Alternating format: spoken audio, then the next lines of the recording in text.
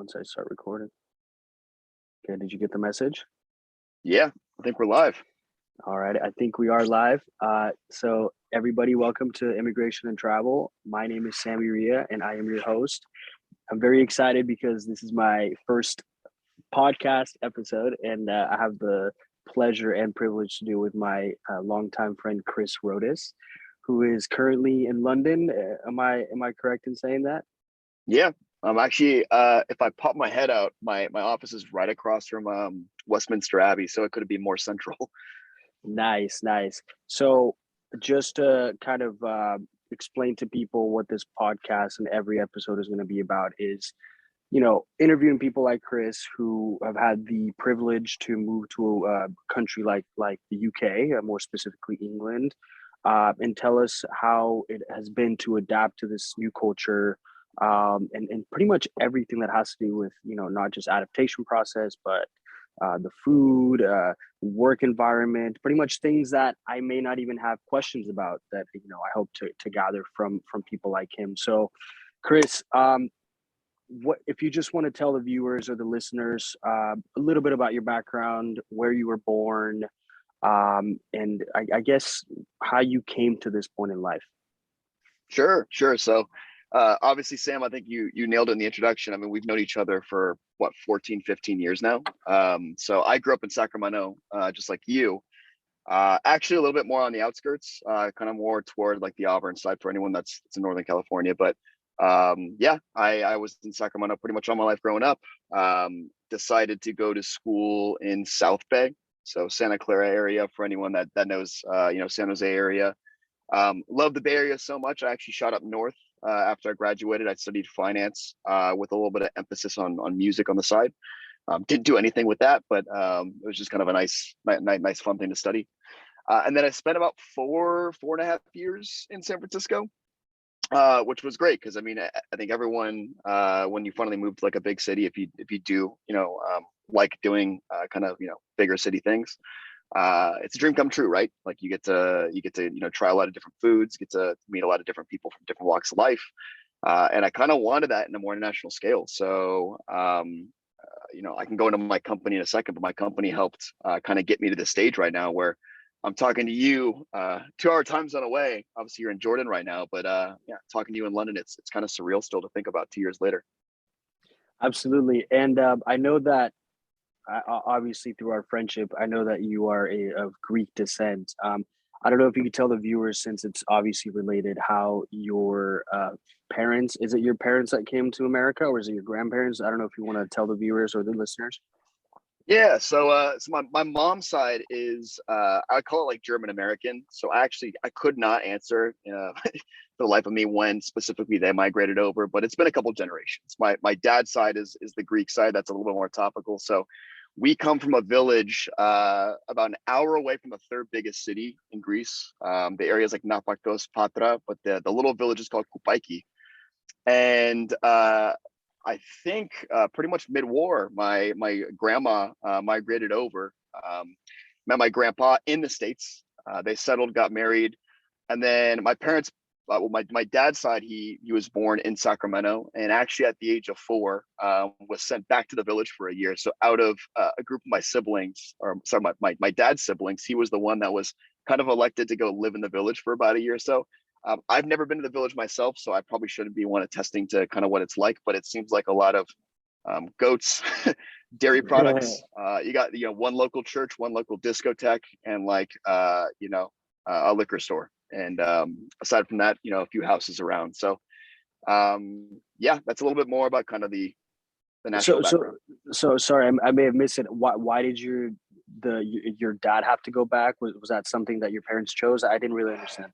Yeah, it's I mean, I wish he was able to kind of give a better, more clear answer. I understand from a high level, but want to understand like when my parents grew up, and I'm fortunate to be able to even be talking to you in a place where my parents took care of me very, very well. They worked really, really hard in this life, but they didn't come from much growing up. So I believe it was kind of a monetary decision. My dad, when he was born, he was the second sibling of 4 eventually.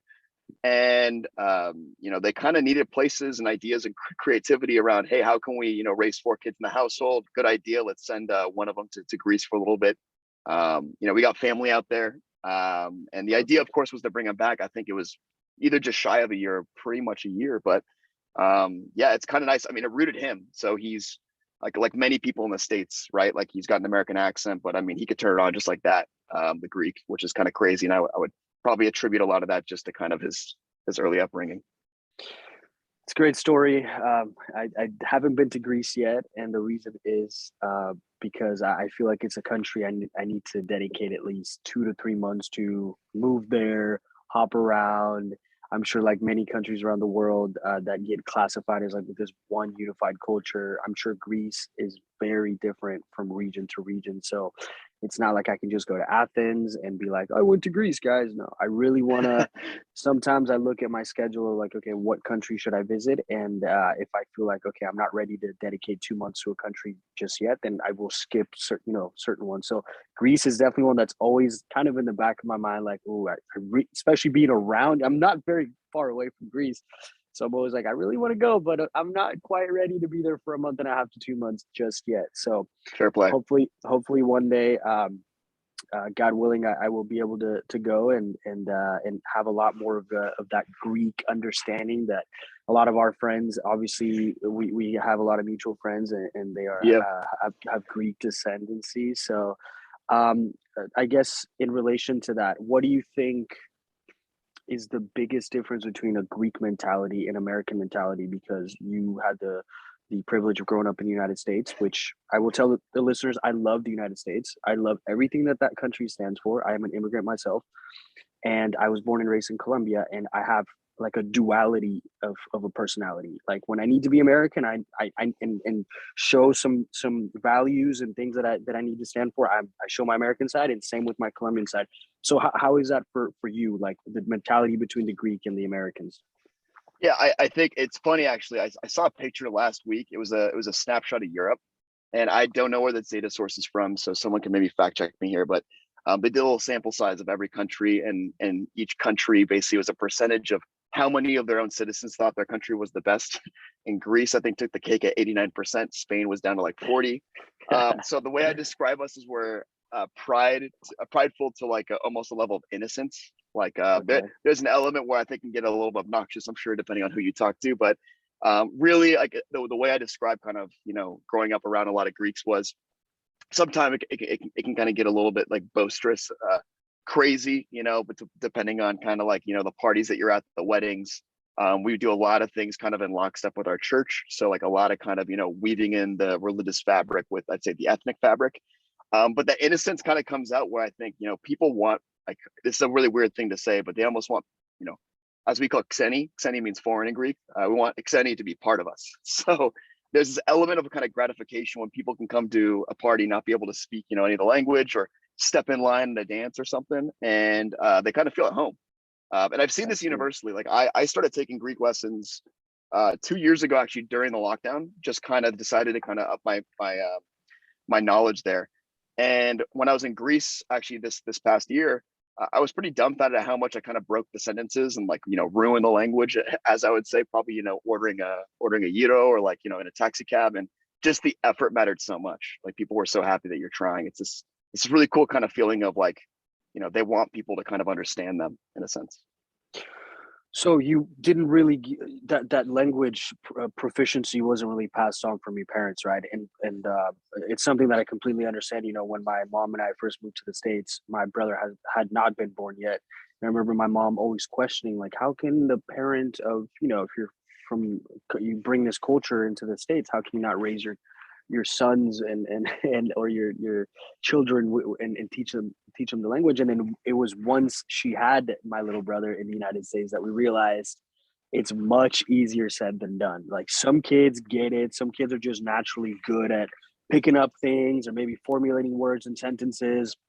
It's like a God-given thing. And then others may not really even speak it at all, but they might understand most of it. So it's almost like a lottery, unless a parent really pays for like private lessons and teaches them like the literacy of it all. it's very hard. So how was that for you? Were you able to be proficient as a kid, and maybe you forgot it, or how did it go? Yeah, I mean, it was spoken around me like enough to where I'd pick up some words or some phrases, and in some ways, I could look up, say, my godparents or my grandparents or any counterparts, and kind of get the gist of what they're asking for. But by no means could I respond. So Mm, that was never pushed on us too much. Like I know some families in our area that you speak, and I think this happens for a lot of people with ethnic backgrounds, right? In like a multicultural yeah, like yeah, yeah. country, is it becomes just part of them, and there's a sense of wanting to hold on to that. I think for our family, my dad really tried not to kind of force one way or the other. Like you're not too American, you're not too Greek. Find your identity and kind of like lean into both. So he never forced like lessons down my throat. That being said, I think just by being around the dialogue and being around by a lot of the community, it kind of became like secondhand adopted. And then what was nice was when I started taking the lessons, I was doing it with a Greek tutor in Patra, that same area I was telling you about in the beginning. And it was kind of amazing how fast it felt like I was picking some stuff up. Not to say by any means that I was getting good, but the rate at which I learned that versus say I've taken German for a couple of years, I've taken Spanish for 15 years. It just kind of shot up very fast for me. It felt a little bit more like I kind of started getting into like beginner intermediate as opposed to let's go through the alphabet. Now let's go through, just the grammatical basic nouns of how you order food in a restaurant. Was kind of cool. Nice. And then you also growing up in the Sacramento area, you were surrounded by a lot of other Greek families. So what was that like? And once you moved from Sacramento to San Francisco, did that change at all? Is there more Greek culture in Sacramento or more in San Francisco? How was that? I feel like it's funny you asking because like you've obviously been a little bit of a part of that in a sense. So I mean, I got a good group of buddies that are back in Sacramento that I would consider very very close. Yeah, Yanni, one of my best friends. He's my god brother. My parents baptized him. So there's this weird Mm, sense of kind of like crazy mix where you almost can't like sever ties with some of the family members you grow up with or just some of the friends. But that's yeah, that's the great thing, right? Like we kind of got through everything together, right? My buddy Angelo, Peter. There's obviously a few more that you've met for sure throughout kind of our years, but yeah, I think Sacramento's lucky. We have a pretty good community. I live right across, actually, if you were to go to my new house in Sacramento, my new family's house, I mhm, live across from our church, and they actually just celebrated their 100-year anniversary.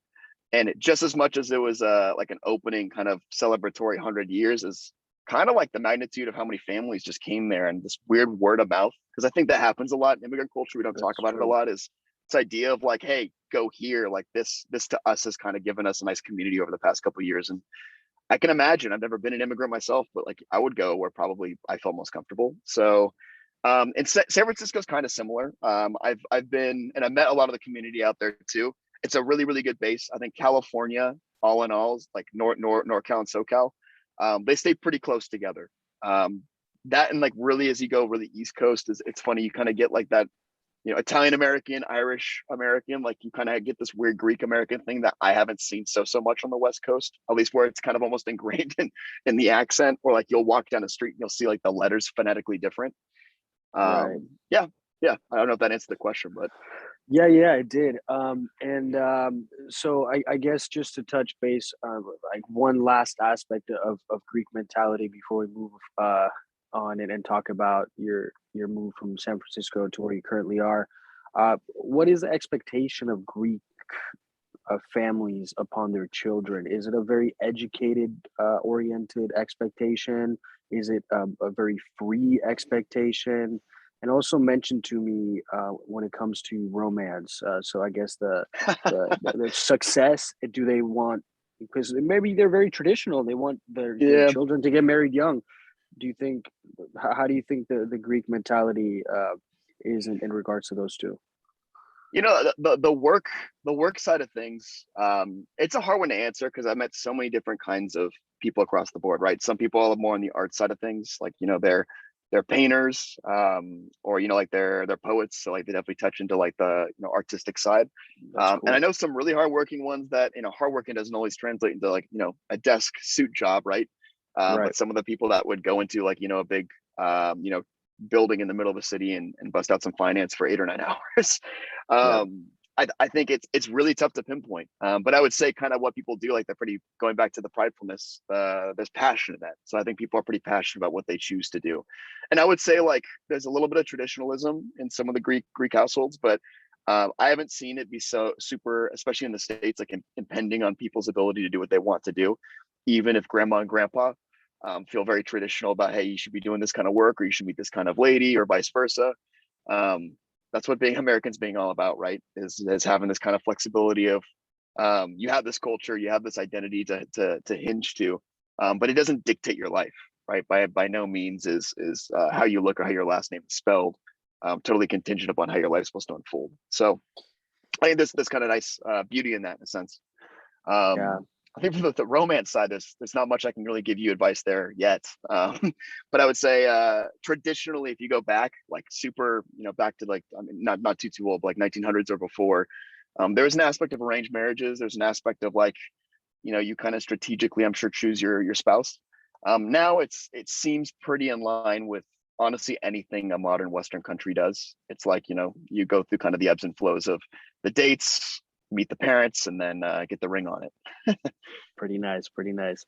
Awesome. So I'm excited to start talking about your life in San Francisco and how you ended up moving to the United Kingdom. So can you just kind of talk me through what it was like? I think you mentioned earlier that you were looking to go international. So ever since you started working for that company, I guess your current company, but back in San Francisco, was that something you mentioned to them? Like, hey guys, I want to work my hardest here, but if there's ever an opportunity for me to transfer abroad, count me in or something like that. So, if you can talk me through that process and how you ended up moving to London. Sure. Yeah. So I work for a San Francisco startup tech company. It's not so much a startup anymore, but when I joined, it was smaller for sure. And I didn't really know kind of what direction I was going to take in a couple of years. Like I wanted to be cautious of my options and decisions, but like leave myself as available as possible to whatever was coming next. I think there was an interesting tipping moment. I mean, not to touch too much into this, but one thing that I got really into in terms of traveling was when I went abroad. I went abroad in Germany, in Freiburg, and my goal was to knock off as many countries as possible. And in one way, it kind of felt like that was a little more transactional, volumetric, I'll say, in terms of Yeah. seeing the world. But it felt nice. It was like I got really accustomed to seeing a lot of cool aspects of mostly Europe. I think Turkey was more of the outlier there. Um, but I had this like kind of weird feeling where I was like, maybe it's cool to explore the idea of working abroad. So in 2019, I basically did a sales training actually out in the London office, the one that I'm in today. And I helped do this with one of my colleagues who she was heading the sales enablement team. And I came for one piece of kind of where my job fits in quite nicely. And the whole week got to know the sales team a bit more. I actually started spending a bit more time when we got back with the general onboarding process. And the typical process was we had people come to headquarters for a couple of weeks. So we met people from Singapore, from London, from Lisbon, just all over the place that were, going there for a couple of weeks, then going back to their respective offices. And my boss kind of asked me, like, right after that trip, perfect timing, kind of, what do you want to do next? And I just gave him the answer. I said, I want to move here. This place is awesome. I got a really interesting, kind of like nice feel for London. Obviously English speaking is kind of a nice bonus, but it felt very, very like diverse as well as very familiar in the same time. Kind of a crazy answer, but Nice. So once you told your boss that you were open to that, and did he just kind of give you the okay right away, or did you have to wait? And did you consider other cities besides London, or you were pretty certain that that was going to be the one? yeah, I didn't consider any cities, and mainly because by nature of how our team was broken out up here, London at the time was the one office that was probably like the easiest for me to join based on my job. So Okay. what's nice is it kind of made the decision for me in a sense, like, my Hmm. eggs were in this basket. I came back from that trip in April and I worked with, my current boss, as well as my old boss to kind of figure out what was the right transition plan. And that probably took about 6 to 8 months, but was kind of nice because these conversations went from very preliminary to, okay, like first stage, let's start planning if this is reality. And then, my job kind of at the end was let me let me make sure, I help kind of find a backfill, get kind of like my team up and running. And there was a lot happening with my current job that kind of, kept me occupied. But I'll tell you a funny story actually. In in December, early December, my boss at the time said, "Hey, you should just consider going back out. It'd be good for you to spend a little bit more time with the team, just kind of get a pulse on some of their challenges they're facing, and you'll probably get like a nice understanding as to kind of what at the time 2020 looks like." And I remember it was the week before, it was Thanksgiving week. I get a call from my boss saying, "Hey, I know you're going in 2 days. We had you slotted to go out in April," which I agreed to, so April 2020. And he said, "What are your thoughts on going in January?" And I was like, "Okay, mind you, I'm going in 2 days to meet this team again." Almost in a way, interview in my head of like, this is the right decision. Am I crazy, Chris? Like, this is moving really fast. We're going through the holiday season as we speak, as we record this. That's a crazy time in of itself, right? You got a lot of people kind of logging off and spending family time. So it's kind of felt like ultimately, if I take this job, I go back to San Francisco for a week, pack my bags, go home, and then I fly out, in January. And ultimately, I thought, yeah, that's the decision to make. So it's funny, I kind of delayed it a bit. This is number one mistake I'd say for anyone listening looking to travel: don't wash your passport. I left it in my jean pocket, Oh and had to go no. to, man, I had to go to the passenger like little desk area right in San Francisco to get a new passport the day after Christmas. And I will tell you, if you want to see those people even more frustrated than maybe a typical day dealing with that, it was terrible queues. People complaining, like losing their minds. It all worked out in the end, but my gosh, it put me through the ringer. Oh my goodness. So if you wash your passport, it's bad, right? Like, what happened to it? Because I've never even Actually, thought funny about enough, that happening to mine. it looks fine. They just they had to scan it, right? And they basically said out the gate, like, we won't even accept a water damage passport. I think it's more Oh, optically how yeah, it yeah, yeah. scans or how it uploads. Right. But honestly, those books hold. We'll put it that way. Yeah. Wow, that's crazy. So pretty much what you're saying is you were scheduled to go that April of 2020, which now we know probably wouldn't have happened, right? Because of the That's pandemic. that's the So, crazy thing in my mind too. Is in hindsight, like I actually called my boss, that same guy, in April, and I said thank you. He's like, "That's a weird thing to say when you first pick up the phone, but what are you thanking me for?" And I said, "Well, for nudging me, for nudging me to get out here. I don't know if I'd be doing this if you didn't really push me to go in January. Obviously, you didn't foresee, kind of the state of the right. world as it was, but Yeah. this is how the world works in mysterious ways, right?"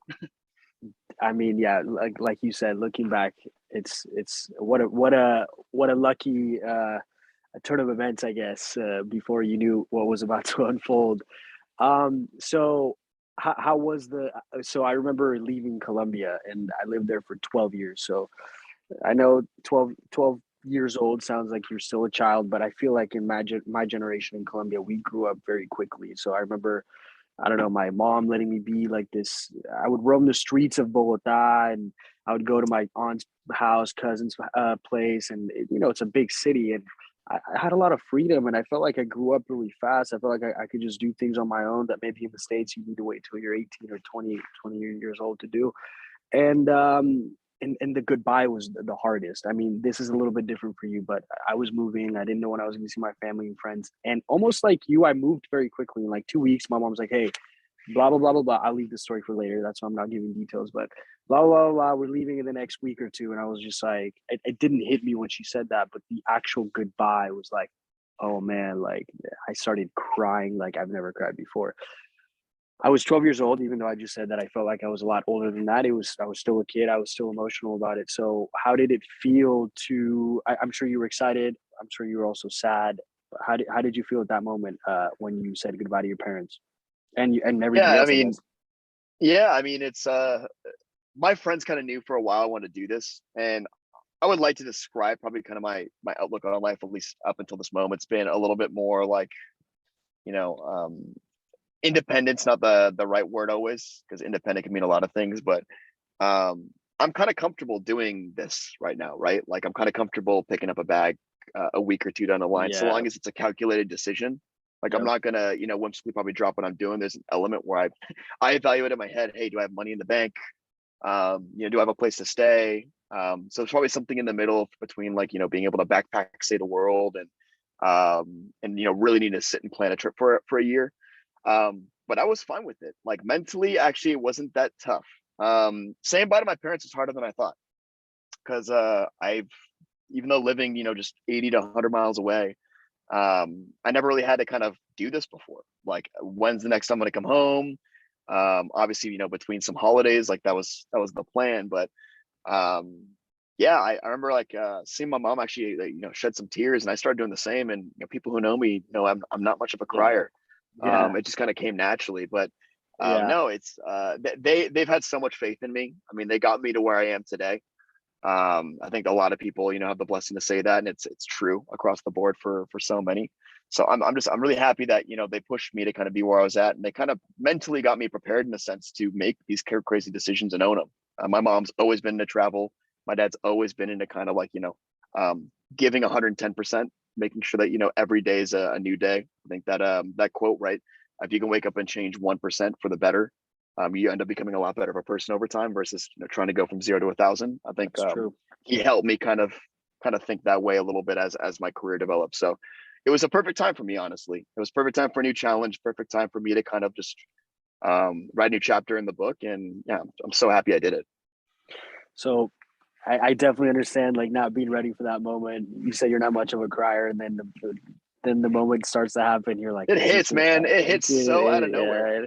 it hits, man. I mean, and you're leaving. You're truly leaving for the first time, right? It's not like you're taking a vacation and you're like, oh, I'm coming back in 2 weeks, or sometimes like maybe you don't see people for a while, but it's not like a planned departure. Maybe you just stay out of touch for a while. But especially with your parents, that was the way for me with my grandparents. I was always at their house. They felt like the role models for me to look up to. So when I left them, and to this day they continue to live there, so it's like I think I can't call it a regret, but if I was to change something about my life in these past 15 years, I would have my grandparents right next to me every single day.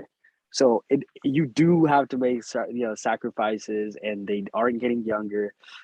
So it is a very very emotional moment. So I definitely understand. But I guess once you It got past, go ahead.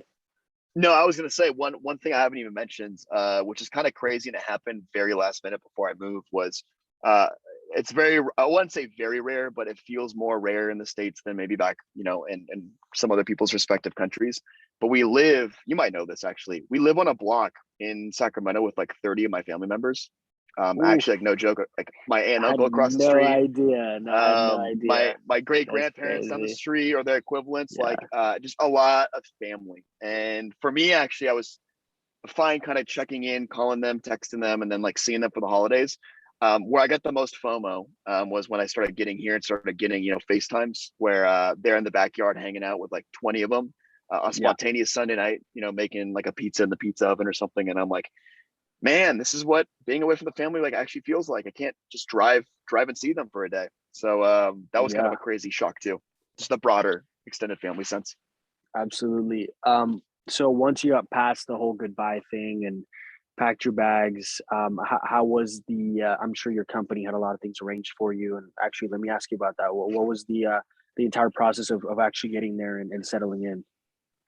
Yeah, I got to give, I mean, big kudos to the company. They took care of a lot of the crazy heavy lifting. So I think the process was I was in touch with immigration lawyers, and they sent me a pretty detailed questionnaire that you got to sit through. It's kind of one of those things that's you have all the answers. Like it's obviously where have you lived before, social security, like some of like the important things that just you have about your life, where you've lived last 3 to 5 years.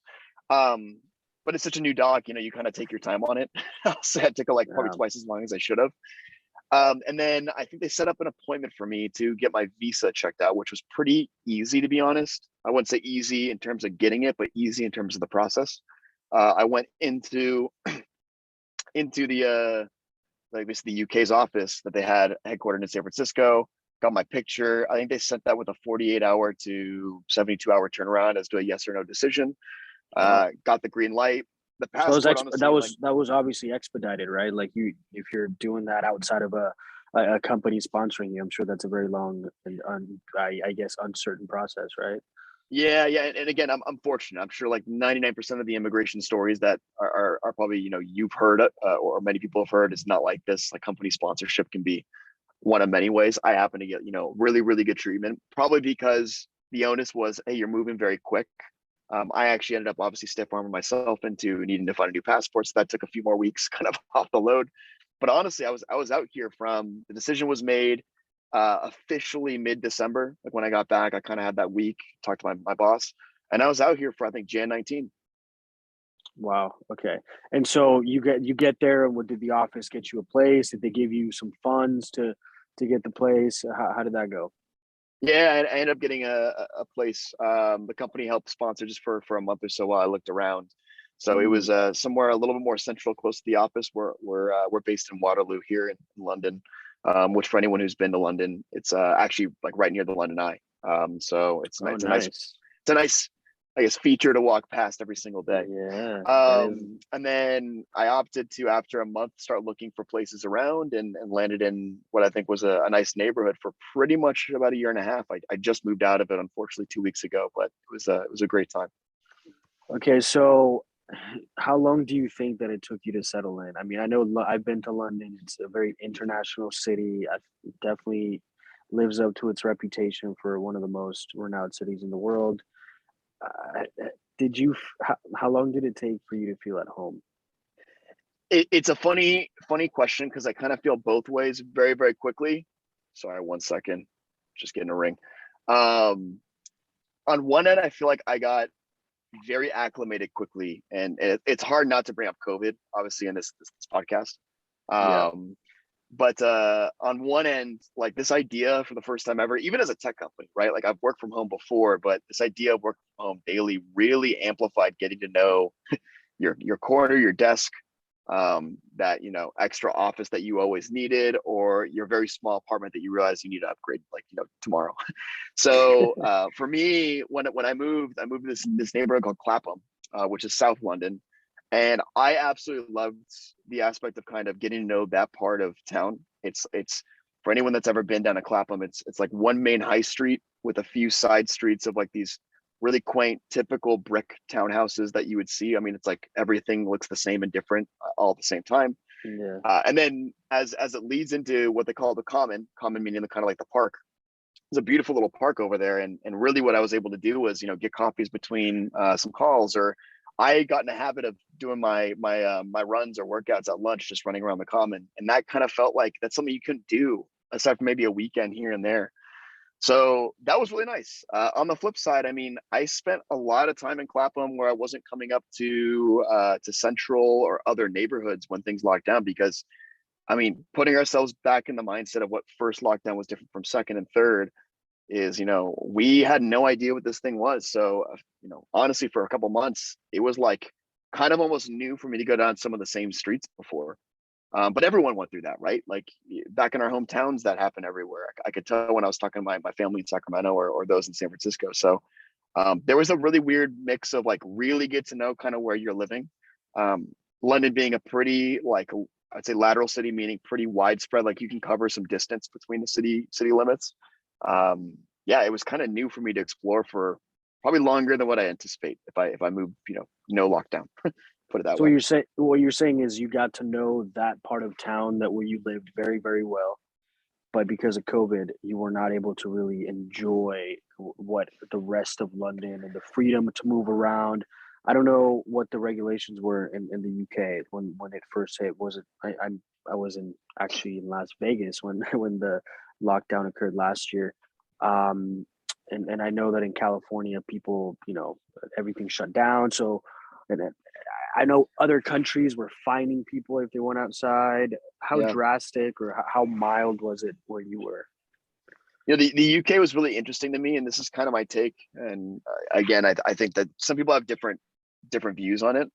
The UK to me has made, not just in the beginning, but kind of up to now, very European and American decisions based on how COVID's kind of like ran out. So on the European side, and European's a really rough way of defining, maybe like, I'd take Germany or France, maybe, or Italy. Italy is a good example of one that got really hit right from COVID from day one. And they had some pretty aggressive like restrictions.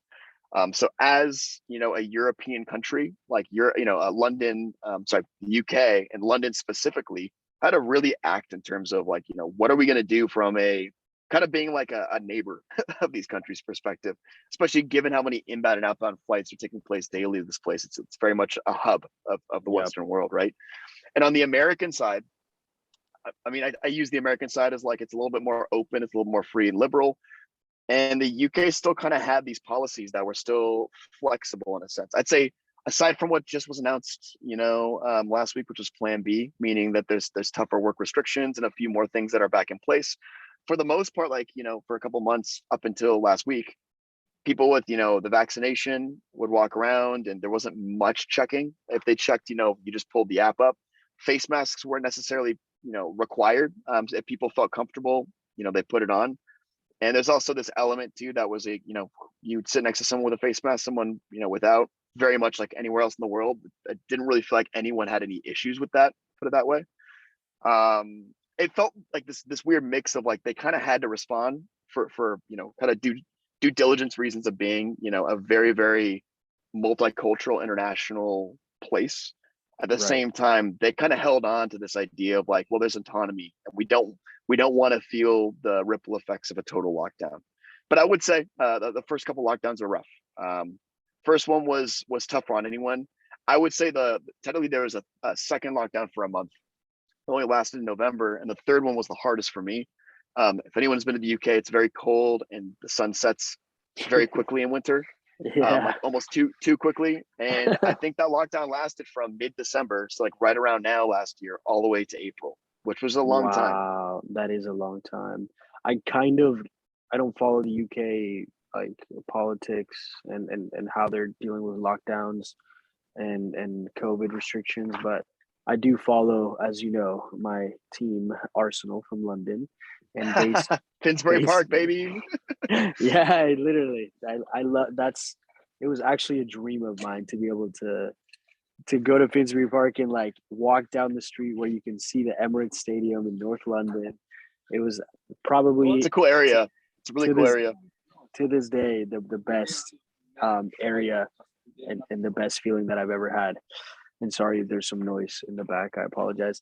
But anyways, so I've been I kind of know what's been going on because of like the full capacity and non-capacity of the stadium. So all of last season, 2020, 2021, empty stadiums. It was eerie to watch sports, and especially England being such a popular, having the best league in the world, and seeing the stadium so empty. So, and then I realized, or I kind of I followed it in a way that kind of I didn't really make sense to me. It was like people started getting vaccinated, and so by the start of this year, which was back in August of this season, stadiums are full again.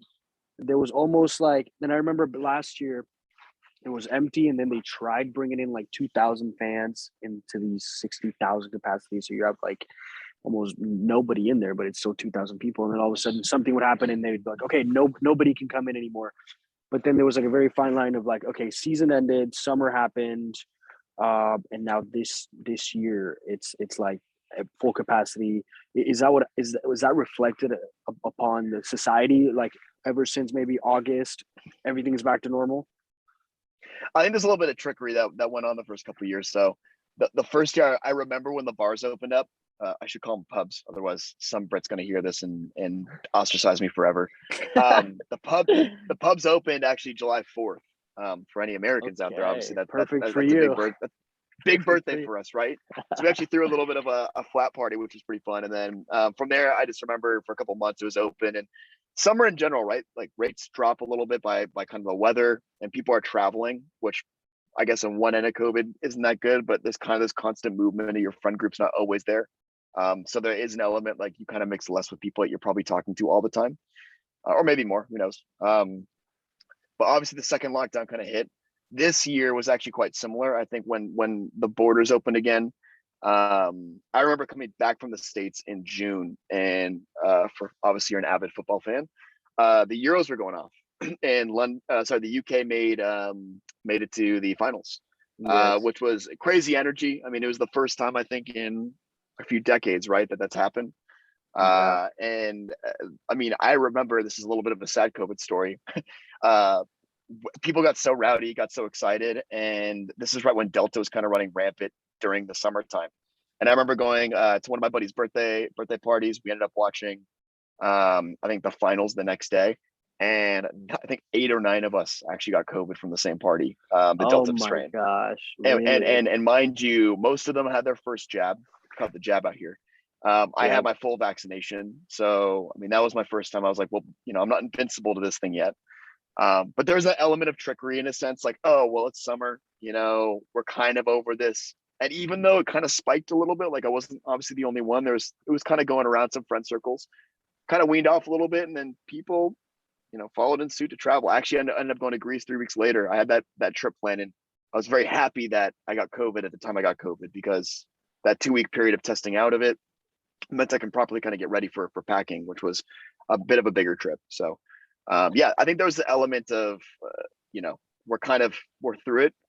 Obviously, as we hit winter again, we're reminded what the cold can do, and that's not just for COVID. That's like flu season, right? So I Right. think the government's a little more cautious right now, for sure.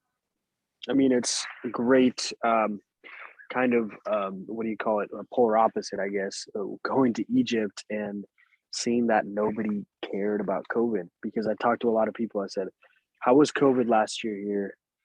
And then you look at a city like Cairo that has so many people and it's so hectic and it needs the movement of so many people every single day, that I was wondering, I was like, well, how was this city like a few months ago or a year and a half ago? There's no way that the city just shut down, because you saw cities around the world just shut down and people actually following the rules. And I was like, it's not realistic to think that Cairo followed any restriction. And when I asked everybody that that I was able to talk to, they said no, COVID didn't really hit here. Nobody really believes. Nobody really cares. Nobody wore masks. The government, and there was like a unified belief that because Egypt is so hot that it just didn't hit them that much. I don't know the stats. I don't know if that's just like a common misconception by the people I talked to. So I'm not going to say that was I mean, true or false. finger in the air, that checks a little bit in terms of, right, like the hotter places typically. I mean, you don't worry about illness as much. You like to think, because it's not really it's not a hub for those kind of things to survive as well. Right. And it's just such a informal country as well. So I think COVID hit different. I know that COVID hit different countries like late in later months too of 2020. Like we all have Yeah. this like consensus of, oh, it started March 2020. Well, some countries it didn't hit until like October, which I didn't know about. But it's like I feel like the more official, lawful nations are the ones that like have their people under control. Because having traveled through some countries, I realized how informal some life really is. Like Mm. people drive without licenses, your age for work, all this stuff. Like, and I felt like a country like Egypt was like that. So it's crazy to think about how, I guess, controlled some countries are, and just how non um, nonchalant or non-caring some others are. And I mean It also that goes back to how I feel like organized like countries try to be. I had the NHS, right, like is the healthcare national health. system out Yeah, here. yeah, yeah. Exactly. So they actually contacted me last week, and they said, hey, you've been in close contact with someone. Actually, sorry, not last week, a few weeks ago. What? And they called me. They said, hey, you've been in close Oh contact with my someone. And I'm like, gosh. first of all, can you just tell me like where? Like that'd be very interesting for First of me. all, who is And this? yeah, yeah. And and You're and, the and the what? lady on the prompt literally goes, No thanks, yeah, lady. I'm I don't want. sorry. I'm not buying. I'm not. I don't want the. You Yeah, think yeah, yeah. she's selling you something? Telesales So hang up. No, she literally goes, yeah, you've been in contact with someone. And I respond, I'm like, can you just tell me, I mean, if that's the case, like where? She's like, actually, I don't have that information. I'm like, then what's the point? Like, like there has to be some sort of accountability here, right? Like, I'll do whatever motions you need me to do. Granted, obviously I am vaccinated, but it'd be really helpful for me, probably yeah, actually yeah, my yeah. friends, if I knew exactly where this might have happened. And lo and behold, of course, I didn't have COVID. And I think it was between, I had a flight, I had a train the next day, and then I went to a bar. And it's like, it could have been any of those three. So it's just, there's a lot of this mental, I think, craziness going around, where I think the over tracking is also killing people a bit. That's one cultural thing I've seen Yeah. change. That's not. But I mean, obviously, people are trying to be healthy, and I want to be respectful, right, of some of those decisions. okay. So I understand a lot about what's going on with COVID now, and I guess when it comes to comparing a city like San Francisco, that's um, one of the biggest international cities in the states, and then London, obviously, internationally altogether. What are some of the? I know that COVID affected your ability to see a continuous day to day activity by the people you lived around in the city. But how would you describe the difference between San Francisco and London? I think you said that you adapted pretty well, even though like COVID occurred. Is that because they were similar in a way? I know San Francisco is not as cold and I guess gloomy as London most of the year. But what were some of the differences and some of the similarities that you Yeah. found between the two? Yeah, I mean, London's the only other big city I've lived in, right? And London's bigger. It's, I mean, both population and then landmass wise, I think I've Ubered, for instance, from I was in South London and Clapham to Hackney, which is East London, and that's not even covering the full basis. And I think that's like 7 or 8 miles. So like the city itself is pretty widespread, and I mean, this is why I plug public transit a little bit.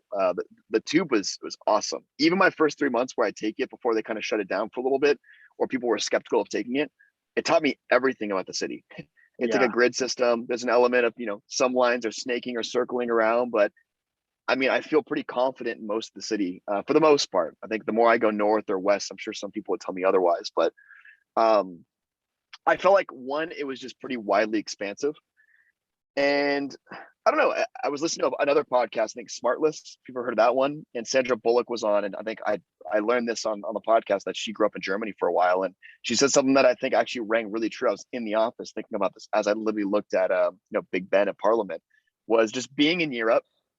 Albeit London is an English speaking part of Europe that some of it's like right next to me is a glass building and skyscraper, but on the other side is like this true Victorian style beautiful like sculpture, like this building. And just walking around in Europe, you just kind of feel this elements of history, right? So there's kind of that cool clash between what is history, I'd say, with the UK, and it's an old history, to what's a very modern city, a very like, much international hub. I think my first week when I walked here, it hit me when I walked down to get a sandwich, and I heard, I think, Vietnamese, Portuguese, and German on the same mm, block. I was like, I'm yeah. very much in a different part of my life and part of the world. Change gears a little bit. So what's the another thing that I hear is obviously that we already talked about a little bit is the weather. How was it moving from California? And let's forget COVID, right? I think we covered that enough. Just the Yeah. weather itself. Is it that bad? Does it really mess with your mood? Does it really make you go, ugh, I don't know if I can live here? Like what does it make you No, think? I think for me, I mean, I'm not so beaten up over it. There's an element where I think because it's so north, it's similar to Seattle in the sense that it's a little more doom and gloomish, like in terms of how it feels and looks.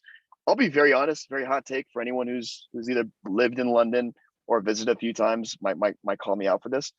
I don't hate it that much. I think it's very similar to SF. It's not that windy. I mean, SF can be a little more windy, I'd say. I think it is a little And bit. Yeah, SF is a little bit gloomy. It's gray so almost every day.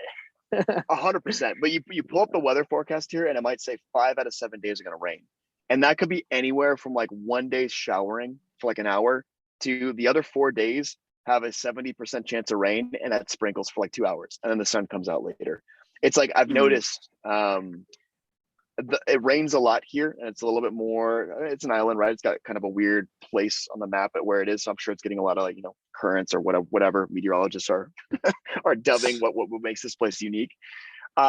It just feels like it's a little bit colder than it actually is. Like literally yesterday, I remember going out, and the first thing I talked about with my roommate was, dude, the weather was not what it felt like yesterday. Like we were walking around, I was wearing this jacket. I'm wearing like yeah, a looks like you're jean wearing two, jacket. 3 layers right there, bud. Yeah, 2 3 layers. And honestly, I could have taken like this layer off the jean jacket, and I would have been totally fine. It was actually surprising to me. So I Yeah, would say in terms of Fahrenheit, because I'm always converting now, it's dude. probably anywhere I still between like haven't figured it out. I still some, especially in other it's countries, odd. like, hey, what's the temperature? I'm like, hold on, let me do this on my phone real quick. Let me tell It's you. super odd. It's super odd math. I kind of got good at like the barometers, like the It is one. spectrum of it too. how Yeah. does one not memorize it, right? Like it's just one conversion you have to memorize forever, and yet I always forget. I just don't know why. Oh, but yeah. So Yeah. you were saying? All I know is 40 degrees is really hot because that's what Dubai always is. Yes, yeah. I'm The the exact Brits love same. Dubai. Yeah. Yeah. So no, it just it looks, I think, a little bit worse than it feels, to be honest. The weather to me, and I know some people are more weather people than others, it's not a game changer for me, in the sense of like I couldn't muster it. Now, if I was in the snow every day, or like it's raining every other day, I like to think I can last. Who knows? It's definitely a little bit more temperate than I thought going into it. So the weather's not. You don't hate it, but you don't love it either. Yeah, I mean, so I mean, look at the summer. It's really nice. I mean, that gets upwards of 85, 90. It's Mm, honestly pretty similar to San Francisco. Like yeah.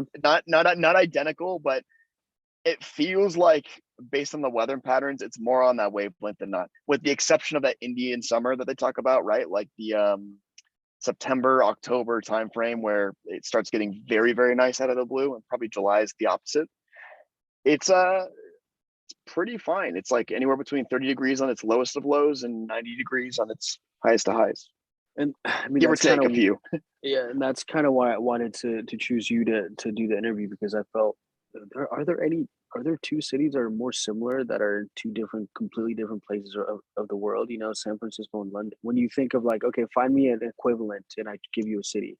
And if I was to give you San Francisco, I'm sure London would be on a lot of people's, top three probably. And so I wanted to kind of talk to you about, is it true that they're that similar? And from what you're saying, I mean, besides the way that American, I guess the way healthcare and restrictions, like the actual city life itself, it's very very similar. I think the biggest difference is like actually how the city looks itself. And to be Yeah, honest, I don't know, Sam, if you've made it out here to Lisbon, or if anyone has been to Lisbon is listening. It is crazy to me how identical Lisbon and San Francisco look. It actually scared me a bit, Sam. yeah. So I went to so Lisbon, but I yeah. Lisbon was very particular. I didn't really think about San Francisco when I went there, but since you lived there for much much longer than I did, then you obviously know better. Well, it had the hilly aspect. I mean, again, if you're above like at a rooftop bar, everything's got like these, super bright orange, like rooftops. Very European by nature, but you have a replica of the Golden Gate Bridge, obviously misplaced Yes, on the right side yes, if you're looking out versus the left. yes. They have a marina.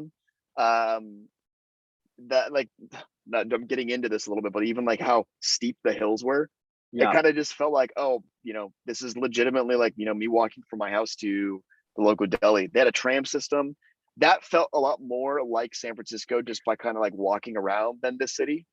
But I think there's a reason people like both or don't like both, maybe because they kind of have the same little energy in terms of some of the bars you go out to, some of the jobs that you could work, both as a working class or like upper class employees. So it does share a lot of similarities in terms of kind of what I like in my lifestyle.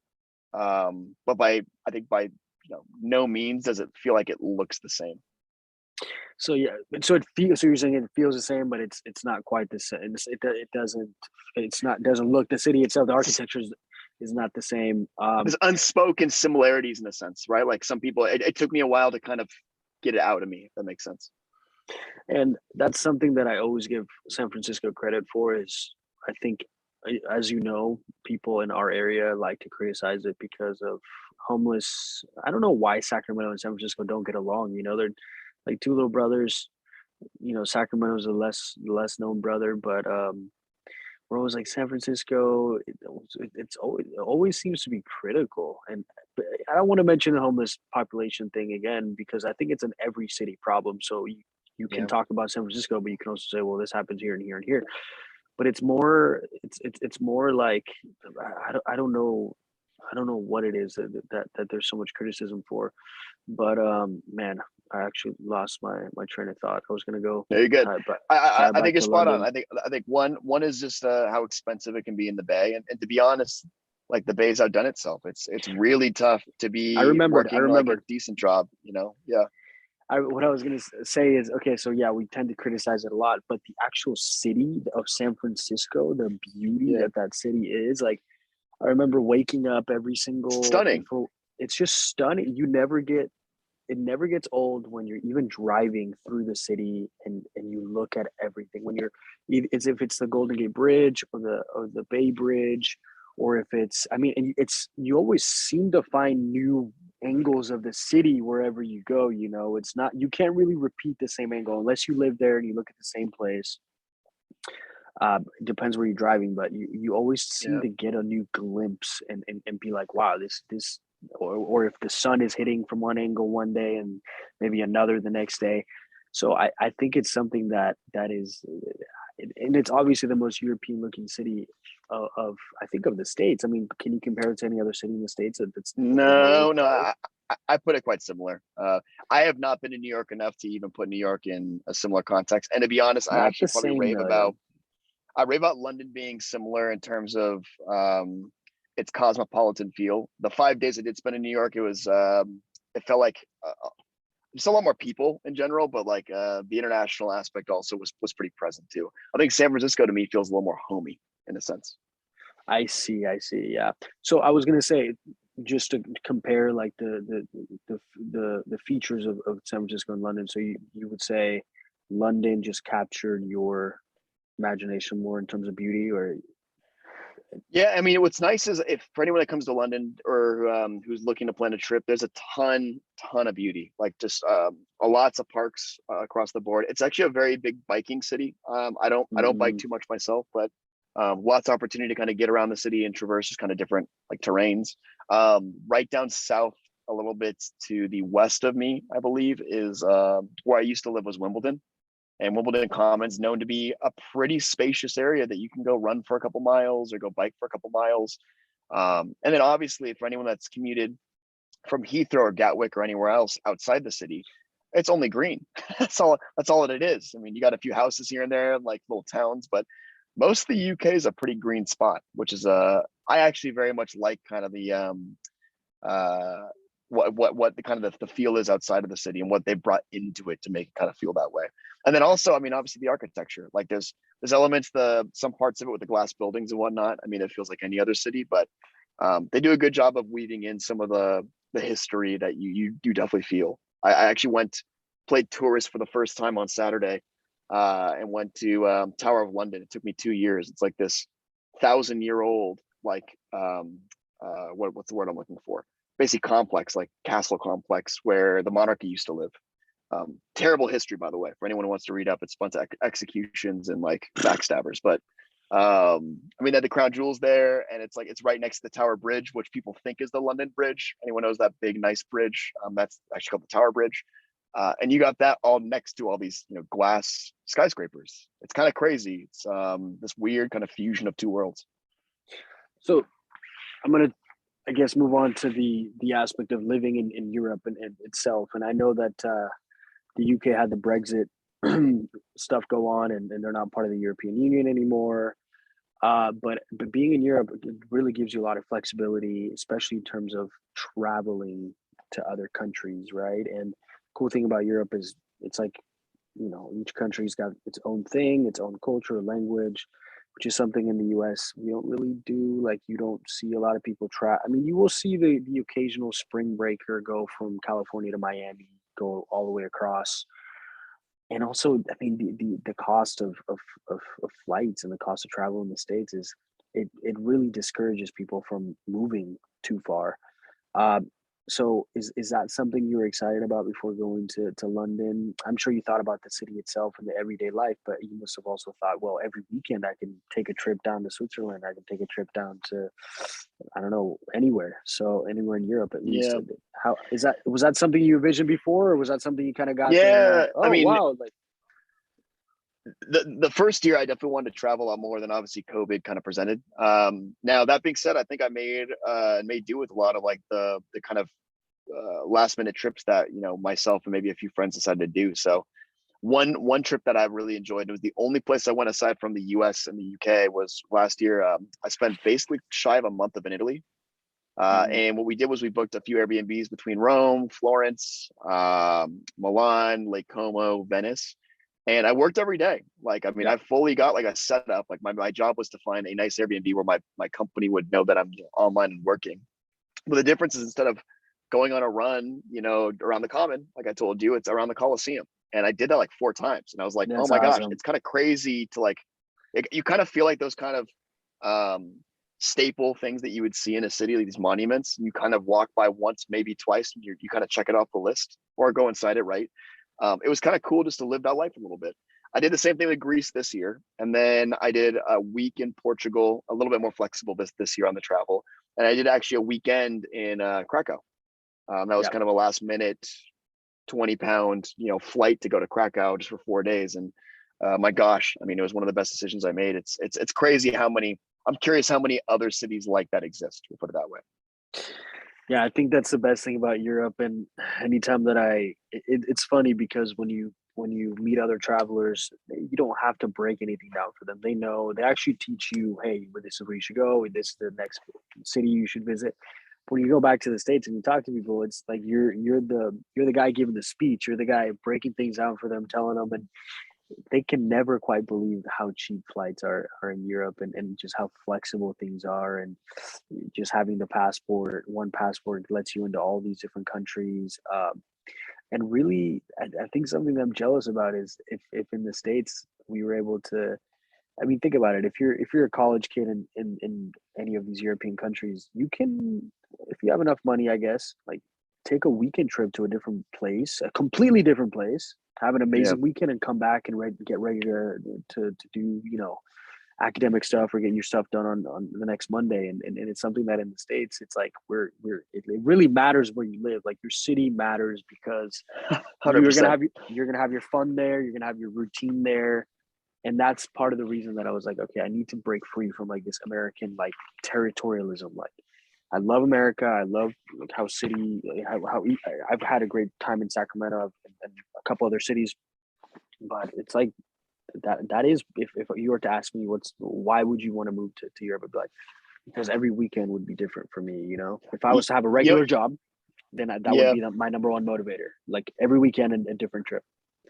What's funny is it kind of went the other way too. When I was talking to a lot of British people, they did ask me kind of with a little bit of sarcasm, why'd you move here? Like it's cold. It's like this is way smaller.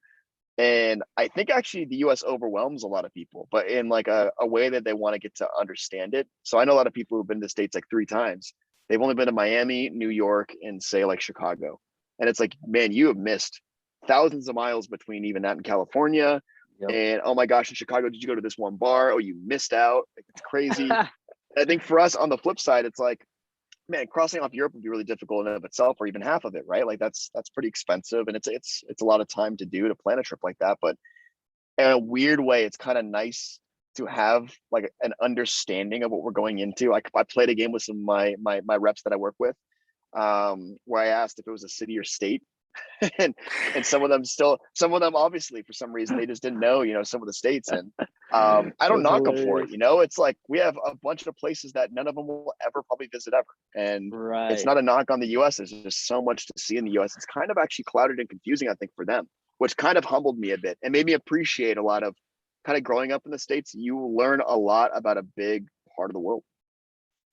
Yeah, I mean, I think the main difference is the U.S. has a lot of empty states in a way. If you're gonna go there, maybe you're doing like a 50, crossing all 50 states kind of bucket list item, or maybe your family's from there. But that's not gonna happen in Europe. There's not an empty No. country in Europe that you're like, oh, I don't really need to go there. If you go to, are you gonna go to North Carolina?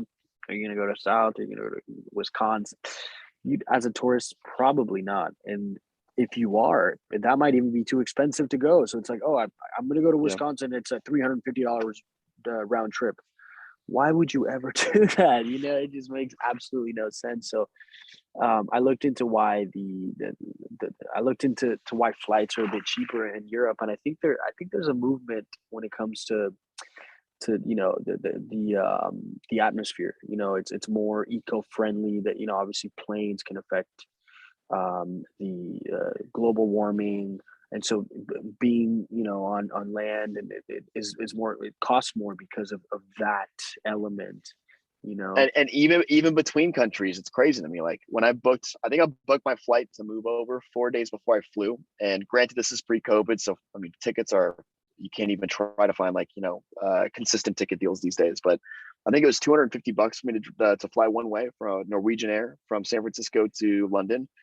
I don't think I've found a cheaper flight to New York than some of the day trips that you can go to London. Now, barring out, obviously the holiday season, it's kind of crazy to me. It's like I can literally drop out of a parachute and it'd be cheaper, like for 230, 300 more bucks. It's mental. Yeah, yeah. So there's also this craziness. Like we've created this market in the States where flying's this like luxury between states.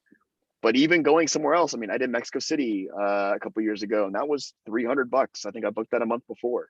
Direct It flight. doesn't It's make just any sense. crazy. I need to make some sort of little study into it, and kind of just podcast myself and be like, all right, guys, look, this is why It's a Europe. separate segment.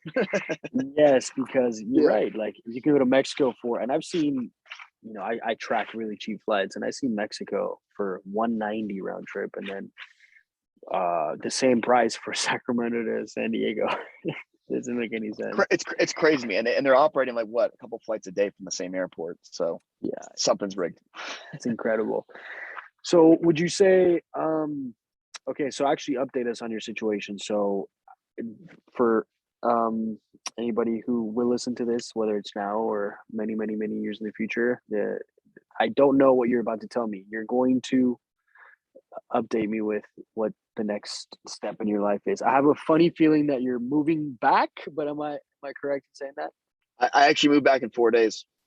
Oh You caught man, me. You caught that me on my last week soon. here. Yeah. So the That 17th, soon. recording this on the 13th, I fly back, hit the holidays back. There might be a little element where I come back out actually to work a little bit next year in London. And I also have a return flight that I'm planning on using to kind of grab a few bags. But yeah, the end of an era. It's been a great 2 years. Some people give me the whole like, COVID must have been really difficult. And it's like, it was difficult for all of us. We all went through it. And if anything, it kind of helped me like live life a little more tame and like what I would assume, a British person would do day Yeah. to day, than say the opposite kind of end of the spectrum where if I was traveling every week somewhere else, I don't think my head would be screwed on straight, right? So there's this weirdness of, being able to kind of accept kind of the situation and run with it and travel a bit too. I mean, I was fortunate to still hit 4 countries, and I mean, I really rate the decision. It's a once in a lifetime. And now hopefully I can come back and like, if anyone ever visits out here, I have at least an understanding of a different part of the world a bit. So why is it that you're moving back? Was it your decision? Was it the company decision? I'm sure COVID and working remote might have had something to do with it. Samuel, it's love. I got my girlfriend Oh, back it's home. love. I think I've seen that you are back together with is it your college girlfriend Yeah, actually high school. or Yeah. I think high we school? we started we started dating when we were 15. So we Right. were off for a little bit actually. And when I moved, What a story, man. What a story. You guys got back yeah, together. It's that almost impossible thing where you date a girl in high school, but I'm not speaking for you, but I'm speaking for what I think could happen is, but sure. hey, we need to live life a little bit. Let's see what happens, and maybe we get back together in a few years. So much easier said than done. Yet Yeah, and honestly, I mean, it's a city that I absolutely love. It's a tough decision to say goodbye. It's the most obvious one to come back. So I'm so excited to see her. I'm so excited to see obviously my family. We already have a place actually back in San Francisco, so I'm back to the old ends, as maybe the Brits might say. And yeah, I mean, it's a new chapter in the life. What's nice is like London to me is so accessible still, and it's a place that I feel like I could plug myself back in, hopefully in a couple of years, not even coming here. And it'll feel like, I already got a good sense of the city, even if it changes a bit. So I'll definitely be back for sure, and spending a bit more time in Europe, as I love this part of the world. There's other places too, actually. Europe kind of taught me to want to travel elsewhere. So one of my old roommate, Jake, he was a huge fan of traveling to South Africa. That's on my Mhm. list now. Yeah. Dubai's somewhat on my list now. A lot of the Brits love to vacation out there.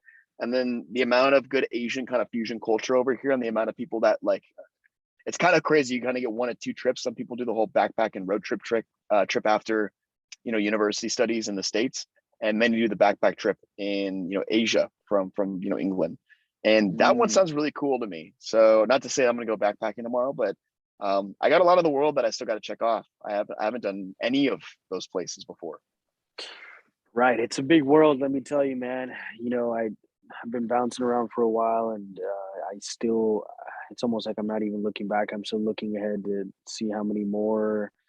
You have to almost pace yourself. You have to be like, all right, look, it's not about how many countries have I visited. It's how much of the culture have I really gotten to know, and did I really maximize my time there? Um, so, you know, like, and everybody has a different destination, like you said. People in the UK. I actually went to. You may have heard of it. You probably have. Gibraltar. Gibraltar is Yeah. the Strait of Gibraltar, but like it's Spain territorially, but it belongs to the UK, and it's like the smallest little country full of Brits that speak with a Spanish accent. It was the weirdest thing I've What ever a heard. fusion. They were taught. So I interviewed a guy there, and I was like, all right, can you talk to me like you would talk to another Gibraltarian? And he started talking to me in perfect Southern, Castilian Spanish, the one from Spain. And then would every other word, it wasn't even like the Spanglish that I hear in California, where it's like you can sort of get like the order of it. It was like the randomest thing, like, beginning with Spanish, throwing in an English word, then the next sentence, flipping that into starting with English, putting the but it was like perfect Spanish and perfect British English. And I was just like, this is the craziest thing I've ever heard in my life, the craziest language or mix of language I've ever heard in my life. And it was all British people, that besides the ones who lived there, it's just a vacation spot for the British people. There was nobody else there. I mean, It's maybe, amazing. yeah. And then you're also saying they like to go to Asia. Yeah, I mean, so would you say that the London based, or I guess the UK people are well traveled, or they like to travel? Because I guess one thing Americans aren't very known for is doing that, is traveling a lot and very well cultured. Would you say that the English are? Yeah, I would say so. Sorry, by the way, if the audio quality changes. My AirPods just died. So, It's all good. um, no, it's I think the Brits, it's interesting because that comment you made earlier about going, like, say, to neighboring countries. I think some of them I've gotten, and this might not be the right word, but numb to the idea, the fact that like it's like in the backyard. So I know some people that would love to travel, they just never make it a That's priority. And true. That's true. some people are busy, but like That it's is so equal true. You take it for as granted. backyard to them, right? Yeah, yeah. So, You but there's take it also a for lot of people granted. who love it. Like I've gone with a few of my British friends here. Like I went to Portugal. I've been to Italy with them.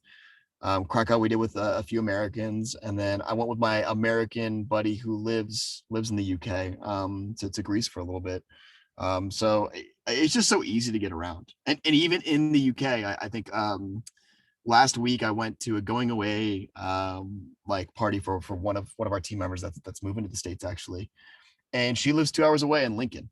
Where any Da Vinci Code fans, apparently, the big cathedral at the end is located. It was glorious to watch, from afar, but tiny little UK town, was kind of cool just to train and go experience that. And it's you got people who are doing this literally daily. We're just training across the country. I think it's 3.5 hours to go from London pretty far north, almost to Scotland. So they're pretty Yeah. dumbfounded with your 10-hour drives that we get, from San Diego to Sacramento, Sam. Yeah, I mean, yeah, that's incredible. But you're right. I mean, you touched on that point of they take it for granted. Like you can say that the Americans are not the best well traveled people, but the ones that you do find that are well traveled are very very well traveled. And then I do see that Europeans have this different. The ones who I can see them taking it for granted and being like, well, I can go any weekend, and then never actually go. But then I see other ones that fully exploit that opportunity, and that's when I was mentioning, like, I wish I would have been here in like college and had the ability, because it would have been affordable in college. I mean, imagine us in San Francisco, like, hey, New York is $20 round trip.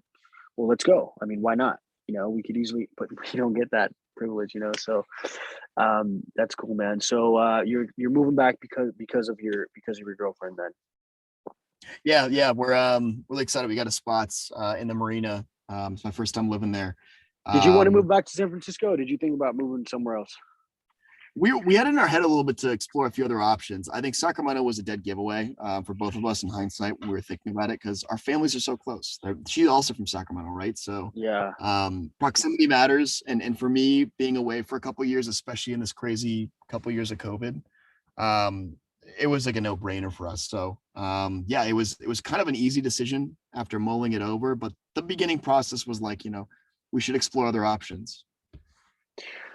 When the time is right, then you got to make the right decision, bro. So, I think the thing that changes your life the most is romance, and if now is the time to make that jump back, then it has to be done. So, I'm excited to hear that you're moving back, and how do you feel about leaving London? You said you're pretty sad, right? You said it. I mean, you seem just based off your natural reactions, you seem very sad and about leaving, and that obviously means that you had an amazing time. Yeah, I mean, there's natural like like mixed feelings going around. I think for me, I'm sad because I met a lot of good people here, and honestly, like I didn't talk about work that much, but I have an amazing international team that I work with, from all over the place, and it's tough, like to work towards something for a couple of years, like building a foundation, building friends, getting to know kind of the system, whether it's the banking, the phone system, whatever. I mean, these things are pretty trivial and easy. Once you set it up, it's kind of set and forget. But I think you get the gist, right? Like I still learn about new aspects of the city, new places to try, to eat or drink. But again, I think the good like 1,000% outweighs like the pain of going back. So I'm really excited to go back, and even more excited now that I have a laundry list of things that I want to do when I get back to visit London. So I kind of treat it as like it's not goodbye. It's see you for now, and I'll be back. Yeah, it's not a goodbye. It's a see you later. Yeah, and it's I think it taught me. I mean, I've been here for a couple of years, but just the amount of flights I've done back and forth, it's pretty accessible. So provided the flights they figure themselves out a bit in terms of the pricing. I mean, they have tons of direct flights internationally.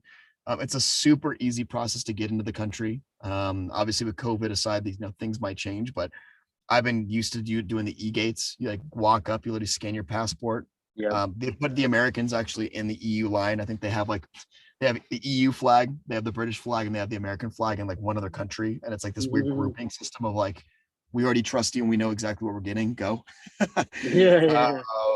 Sometimes actually that line gets worse than the other line, right? Because there's so many of them flying. But no, it's a very easy to feel at home kind of city. It really has everything for everyone. I started getting into going to theater a little bit. There's a few plays that are in the area, like that. I mean, really, really good shows. There's some fun music that's here. I mean, the food is incredible. I'd say the one type of food that I think is awful here. So if anyone wants to come over and fix this, please, is the Mexican food. Maybe it's because I'm a native Californian. But man, they cannot make a Cali burrito, or nor do they know what that is. Everything else, they nail it. They nail it across the board. Okay, so I have three last questions for you. And by the way, can you hear any music in the back? Because somebody just started turning up some music. Can you hear anything? No, you're good. You're good. Perfect. Okay, awesome. The first question I have for you, and try to keep your answer short, just so that it's simplified and easily, I guess, received, is what is the best thing about London? Diversity. It's got to be the diversity on everything. Literally, you could take that and extrapolate it to anything about a city. It's diversity for sure. So in terms of adaptation, in terms of what do you call it? Food. In terms I would even of take it past like the things you can see, like diversity of thought, even. Like okay. it's cool that you can open-mindedness. Open-mindedness is probably like a nicer way of putting it. Like when you get to like I try not to get into politics ever, because that's just a lose-lose conversation for a lot of people. Nor am I very too politically driven, to be honest. But what's nice is like I've noticed people here have a lot more of a dialogue, where it's like this kind of, you can do it over a beer, or over a meal, and sometimes it can get heated. Like we have pretty similar systems, to be honest, like with the States, like in terms of parties, but You just don't have that inherent like kind of feel where there might be a little bit of agitation that I hate to say, like in America, we kind of built a little bit. And there's still room hopefully to improve there, but it just feels a little more natural. You can have a disagreement or a conversation where you don't feel the same, and that's okay. And honestly, sometimes it's better rooted because you're talking to someone from a different part of the world, and it's like fair play to you because I have no idea what that's like where your opinion's coming from. That's absolutely true. So you're saying it's a little bit less bipartisan and more. You can't even really label it. I mean, you can say something's bipartisan, but what the opposite of that might be, like you said, Some of the thoughts diverse. might be, yeah, some of the thoughts might be bipartisan, but like you get it from a different like background entirely, right? Or like a different like Right. upbringing, and you can't dispute that. Like I hate to say we shouldn't even be disputing, people to our left and right in America because every upbringing is different, but to kind of have that mystery of not knowing exactly what that's like kind of humbles you, right? So it's like, okay, well, let me hear about kind of what your view is and vice versa. Again, I'm not the one kind of really entertaining a lot of these conversations, but just secondhand watching Just or even listening. talking to people about kind of how they think about things. It's a lot more of a dialogue, which I think is pretty cool. Okay, so best thing is diversity about London. Awesome. Second question: what is the worst thing about London? Mexican food, man. I might go back to the Mexican The food. Mexican food. I've had I got a little lazy during a stint of when things were shut. Actually, I think there was 3 months you had to either order delivery from grocery stores or food out. So the way I overcompensated my runs when I started getting pretty into it was getting takeout. Tried a lot of foods, put it that way. The Mexican food was it wasn't the taste, and I've tried a few different places. I even got the Chipotle. Chipotle's not even the quality of the Chipotle you're used to in the States. So Chipotle in London? I didn't know that. not a few of them, yeah, but you can definitely tell the meat's not, Ah, the meat's just not not. necessarily what I think is up to par. Put it that way. I love that expression. I always say it myself. It's not up to par. Okay, last question, and we can wrap this up before I even blinked. I realized it's freaking almost 2 hours of us talking. That's crazy. This whole podcasting really does eat up time like crazy, huh? The last question that I have for you, and I guess it could be a little bit long, but it will be the final thing I'll ask you is, what does immigration mean to you? What does immigration mean to me? I think it's opportunity, and I'm trying to stick away from cliche answers, but it's crazy. Forget All of us, forget forget the politics. I think everybody always mentions politics, like what's right or wrong, or what should be done, what shouldn't be done. Just the actual right. And I know you weren't going to mention that. I didn't expect, but I guess let's keep it more on like a feeling level of, given that you have that background, that Greek background, you've had the opportunity to move. Maybe a better question would be, what has immigration taught you? Immigration's taught me that in the right mindset and in the right like social construct, there's opportunity for people in a place where I think we have stigmas where there otherwise isn't. I learned that a lot in the UK because I mean this place is full of immigrants, right? I wouldn't even call myself, like, by standard definition, I don't even know if I'm an immigrant. I'm here on a visa with a company that gives me a good wage to go home to, and I'm appreciative of that. And honestly, I chose this for me, But you right? are. I mean, that's the thing. That's the thing about immigration is you just labeled you. You did, and see, it's strange, but it's also interesting how you are an immigrant, but you're not the typical immigrant that has to run from war or run from extortion or from gang violence. So it's almost like we attach all these labels to what immigration means, but you and, you and are you're, you you're, you're are. spot on. No, No, and you're spot on. I'm defining it as a way I think that like we're kind of accustomed to, and it's probably not even fair right. for definition, right? But to me, I'm thinking of the people that have like set up shop and really got to know a place better, and I guess I fall in that bucket. But meeting immigrants around me, having my dad, and that family, my mom's family back in the day, which I think my homework assignment is to learn a little bit more about that. Or also like these, domestic immigrants. I'll make it quick, but I think in Ecuador one time I went to an immersion trip just for a week, and these technically like I wouldn't say they're immigrants by anything outside of Ecuador, but they went from one community where they were promised to build land to the government bulldozing their place down. It was 500,000 people down to 0 homes the next day, and like they had to be immigrants again. They had to go somewhere else. They had to learn some other part of the country, and it's like on a macro level, I think it's easier to digest the more you travel across the countries, the more like we got to figure out, as a society, how to integrate each other. But I think it's this constant struggle of like being comfortable in where you live and how you live. So for me, I think this experience taught me a lot about, being open-minded around others. There's a lot of different ideas about how the world should be run, about what's the right, things to prioritize. Like climate change, for instance. I'd say I feel like it's spoken a lot more out here than say in the States, or this idea of a multi-partied system. I don't know what the right answer is to any of this, and maybe there is no right answer. But I think if people are trying to learn and understand, that's the first good step. So. Yeah, man. Thanks for your time, and I hope to see you back in the States very soon. And I'm excited for you to be back there. And I do have one regret, and that is not going. I almost went to London to see you. I almost went. You're this You know what? close. I still have the message. This close, and I haven't explained it to you, but there was just a little bit too much confusion for me in terms of the PCR or the antigen testing, and then testing 2 days after, and then it was just You're not alone. You're not alone in that, man. I think right. you a little bit vague in how they described it, and I think it deterred a lot of people from coming. Like I really planned it.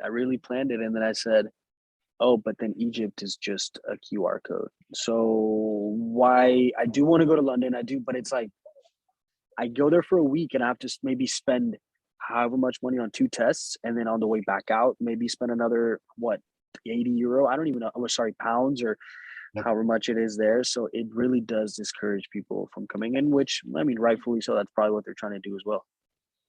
Yeah, no. Hopefully things ease up for everyone, right? But yeah, if you make it back out here, let me know. I'll definitely give you a write up.